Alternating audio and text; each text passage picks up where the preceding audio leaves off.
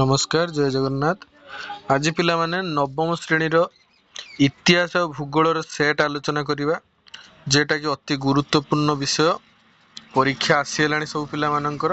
देख इतिहास भूगोल सेट एक नंबर देख पिला माने एक नंबर देखि देइछि से भूगोल और अर्थनीति पचारिया से कहछि केउटे एक तृतीयक क्षेत्रर उदाहरण अटे। तृतीयक क्षेत्रर उदाहरण अटे केटा पिला माने बैंक खनिज पदार्थ उत्तोलन ना कल कारखाना ना कृषि केटा पिला माने आर सठिक उत्तर हम पिला माने कौन हम ना बैंक। ऑप्शन नंबर ए हूँ सठिक उत्तर बैंक। बुझीगला। तापर पिला माने देख से कहछि भारतीय अर्थव्यवस्था को देख भल भाव देख लिखाई भारतीय अर्थव्यवस्था को डैश अर्थव्यवस्था बोली कहा जाए। कि अर्थव्यवस्था बोली कहा जाए छुआ माने एटा पिला माने सठिक आंसर हो आर हम मिश्रित किस हम पिला माने मिश्रित अर्थव्यवस्था किस हम पिला माने मिश्रित अर्थव्यवस्था। तापर देख से कुछ केउ जमा खाता यौथ भावे खुला जाई पारे कि केउ जमा खाता यौथ भावे खोला जाई पारे। यौथ माने ओ जो किस छुआ के जमा खाता संचय जमा खाता के जमा खाता पिला माने संचय जमा खाता आर सठिक आंसर हम संचय जमा खाता। बुझीगला। तापर से कहछि आरटीजीएस रे थरके सर्वनिम्न डैश टंका नेण देण होइथाए 2 लाख टंका पिला माने किस हम उत्तर 2 लाख टंका। बुझीगला। केते पिला माने 2 लाख टंका। तापर देख पिला माने तापर से कहिछि कोन कहिछि देखिबा। तापर प्रश्न कहिछि पिला माने से कहिछि जेकोनोसी बैंक एक समान मध्यरे जेकोनोसी बैंक एक मास मध्यरे ग्राहकंक समस्या समाधान न करे तेबे ग्राहक भारतीय डैश रो लोकपालंकु आवेदन करि परिबे। एटा पिला माने हबो रिजर्व बैंक किस हबो पिला माने रिजर्व बैंक। मन रखुथबो आर सठिक आंसर पेंसिल रे मरा आइछि जदि तुम जानि पारुन ताने मु मारि देबी ताने किस पिला माने हबो रिजर्व बैंक।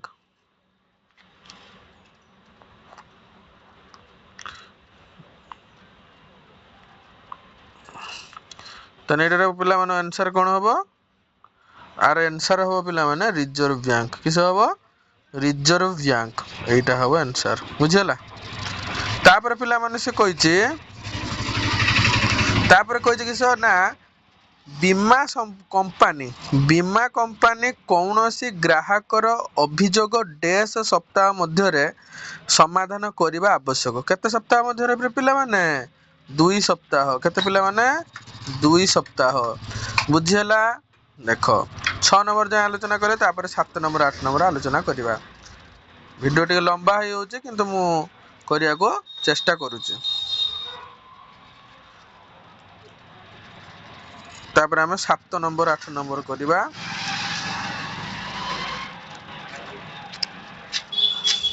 ए आसला 7 नंबर क्वेश्चन देखो से कहिछि भारतर मूल भूखंड केउ समाख्या रेखा माध्यम रे अवस्थित।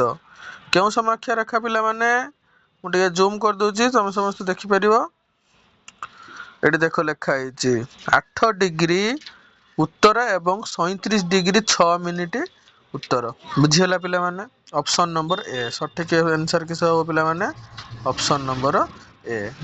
8 नंबर देखो छुआ पिला माने किस देइछि से कहछि दिन और राति अवधि रे तारतम्य को डैश प्रभावित करे किस के प्रभावित करे छुआ एटार पिला माने सठिक आंसर होछ हबो ऑप्शन नंबर सी अक्षांश। के हो पिला माने अक्षांश। बुझियला। 9 नंबर छुआ देखो से कहिछि दुईटी द्राघिमा मध्यरे गुटिए डिग्री रो पार्थक्य थिले ताहा डैश समय अंतर को बुझाए। केते छुआ एटा हबो 4 मिनिट। केते हबो पिला माने आर सठिक आंसर हबो 4 मिनिट। 10 नंबर देखो से कहिछि ଉପଦ୍ୱୀପୀୟ ଭାରତ କେଉଁ ବିଶାଳ ମହାଦେଶୀୟ ଭୂଭାଗ ଗୋଟିଏ ଅଂଶ ଥିଲା? ଉପଦ୍ୱୀପୀୟ ଭାରତ କେଉଁ ବିଶାଳ ମହାଦେଶୀୟ ଭୂଭାଗର ଗୋଟିଏ ଅଂଶ ଥିଲା? କେ ଦେଶର ପିଲାମାନେ? ଏଟା ହବ ଗୋଣ୍ଡୱାନା ଲ୍ୟାଣ୍ଡ। କିସ ହବ ପିଲାମାନେ? ଅପସନ ନମ୍ବର ବି ଗୋଣ୍ଡୱାନା ଲ୍ୟାଣ୍ଡ। ବୁଝିହେଲା ନା କିଏ ବୁଝିପାରିଲନି? ତାପରେ ଦେଖ ପିଲାମାନେ, ତାପରେ ଏଇଟା ସବୁ ନିଜେ ନିଜେ ପ୍ରାକ୍ଟିସ କରିବ ଆଉ ପଢିବ। 11 ନମ୍ବର 12 ନମ୍ବର 13 ନମ୍ବର ସେ କହୁଛି କେଉଁଟି ଭାରତର ସର୍ବୋଚ୍ଚ ପର୍ବତ ଶୃଙ୍ଗ? କେଟା ଛୁଆ? କାଞ୍ଚନଜଙ୍ଗା। କେଟା ପିଲାମାନେ? କାଞ୍ଚନଜଙ୍ଗା। ତାପରେ ବନ୍ୟା ପ୍ଲାବିତ ଅଞ୍ଚଳର ନୂତନ ପଟ୍ଟମୃତ୍ତିକାକୁ କଣ କୁହାଯାଏ? କଣ କୁହାଯାଏ ରେ ପିଲାମାନେ? ଖଦର। ତାପରେ ପଶ୍ଚିମ ଉପକୂଳ ସମତଳ ଭୂମିର ଦକ୍ଷିଣ ଅଂଶଟିକୁ କଣ କୁହାଯାଏ? ଏଟା ଛୁଆ ହବ କିସ ନା ମାଲାବାର ଉପକୂଳ। କିସ ହବ ପିଲାମାନେ? ମାଲାବାର ଉପକୂଳ। ବୁଝିହେଲା? ତାପରେ ଦେଖ ସେ କହୁଛି ଭାରତର ପୂର୍ବ ସୀମା ନିର୍ଦ୍ଧାରଣ କରୁଥିବା ପର୍ବତ ଗୁଡ଼ିକୁ କଣ କୁହାଯାଏ? କଣ କୁହାଯାଏ ରେ ପିଲାମାନେ? ପୂର୍ବାଞ୍ଚଳ। କିସ କୁହାଯାଏ ପିଲାମାନେ? ପୂର୍ବାଞ୍ଚଳ। ତାପରେ ଦେଖ ସେ କହୁଛି ଡ୍ୟାସ ପୂର୍ବଘାଟ ପର୍ବତମାଳାର ସର୍ବୋଚ୍ଚ ଶୃଙ୍ଗ ଅଟେ? ଏଟା ହବ ଛୁଆ ଦେଉମାଳି। କିସ ହବ? ଦେଉମାଳି। ଧନ୍ୟବାଦ।